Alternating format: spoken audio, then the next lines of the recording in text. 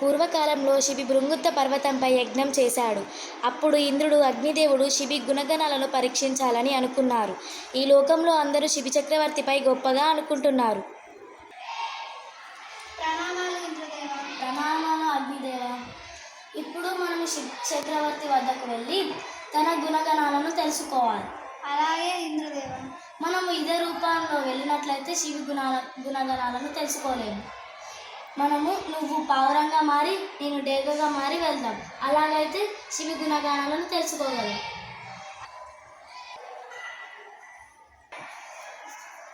ప్రణామాలు శివ చక్రవర్తి గారు. ప్రణామాలు ప్రణామాలు. డేగ నన్ను తరుగుతుండగా మీరు నన్ను రక్షిస్తారని మీ వద్దకు నేను వచ్చాను. అలాగే నేను రక్షిస్తాను. ప్రణామాలు శివ చక్రవర్తి గారు. ప్రణామాలు. ఇది నీకు పారం వచ్చిందా? వచ్చింది. అది నా ఆహారం, అది నాకు విడిచిపెట్టాలి.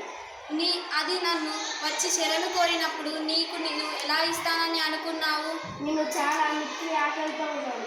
అది నేను తినకపోతే చచ్చిపోతాను. ఈ చిన్న పావురం నా వద్దకు వచ్చి శరణు కోరినప్పుడు నీకు ఇస్తానని నువ్వెలా అనుకున్నావు? మీరు సత్యానికి ధర్మానికి మూలమని ఉన్నారు. నేను మిక్కిలి ఆకలితో ఉన్నాను. అది నేను తినకపోతే చచ్చిపోతాను. అలా అయితే నా పిల్లలు భార్య కూడా నేను చచ్చిపోవాలన్న బాధతో వాళ్ళు కూడా చచ్చిపోతారు.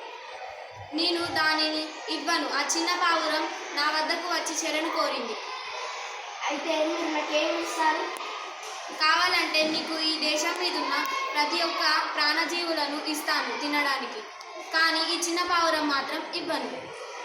నేను ఆ చిన్న పావురాన్ని విడిచిపెట్టాలంటే మీ శరీరంలోని ఆ చిన్న పావురానికి సరిపడేంత సరితూగేంత మీ మాంసాన్ని నాకు ఇవ్వాలి. అలాగే ఇస్తాను.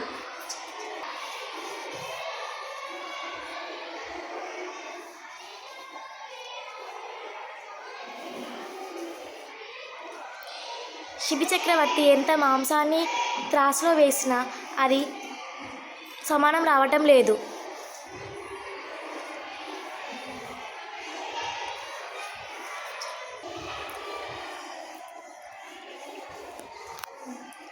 పావురానికి ఎంత మాంసం సరిపోవడం లేనందువల్ల శిబి చక్రవర్తి స్వయంగా త్రాసులో కూర్చున్నాడు.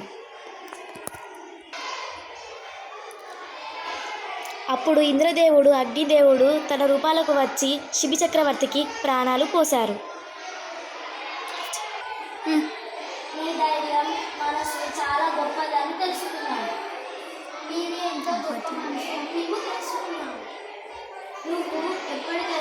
మీకు ఎప్పుడైనా కోరిక కావాలని నన్ను కోరుకో. నాకు అలాంటి కోరికలు అవసరం లేవు. నాకు కోరికలు తీర్చడానికి ఏమీ లేవు. సరే, ధన్యవాదాలు. సాయం చేయడమే ఈ స్థితి యొక్క ఉద్దేశం. ధన్యవాదాలు.